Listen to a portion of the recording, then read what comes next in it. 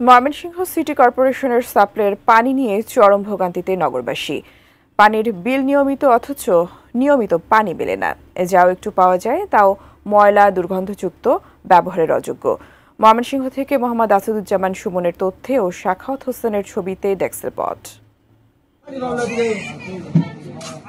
ময়মনসিংহ নগরীর বাঁশবাড়ি কলোনি পানির জন্য অপেক্ষা।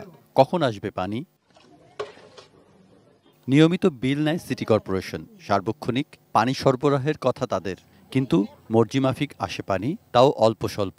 সে পানিও কালচে ও দুর্গন্ধময়, মিশে থাকে ময়লা, কখনো পোকামাকড়ও পাওয়া যায়। ব্যবহারের অনুপযোগী সে পানি। অনেকেই চাপকল থেকে পানি সংগ্রহ করেন, সংসারে কাজ সামলান। বিজলি কেবলসের স্কিন কোটেড ইনসুলেশন আগুন প্রতিরোধী। বিজলি কেবলস, নিরাপদ আজীবন।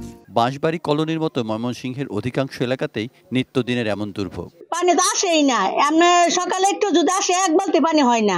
পানি দুর্গন্ধ, তারপরে মানে পচা ড্রেনের পানির মতো। গোসলও করবার পারি না, কাপড় চোপড় ধোবার পারি না। সরকারি দপ্তর যারা চাকরি করে, এই দপ্তরটার মধ্যে কি তারা দায়িত্বটা পালন করে?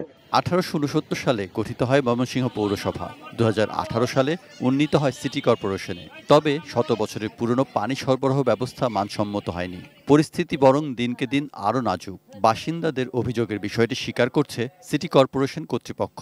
বলছে, সক্ষমতার সীমাবদ্ধতার কারণেই কাঙ্ক্ষিত সেবা দিতে পারছেন না তারা। পানির যদি সুষ্ঠুভাবে ব্যবস্থাপনা করতে হলে একদম নতুন লাইন আমাদের স্থাপন করতে হবে।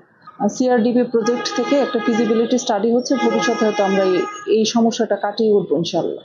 ময়মনসিংহ সিটি কর্পোরেশনের তথ্য মতে নগরীর 33টি ওয়ার্ডের মধ্যে সংযোগ আছে মাত্র 16টিতে।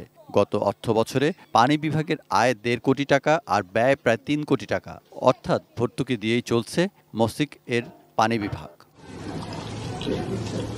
সৈকত Dasgupta, desk report, ATN news.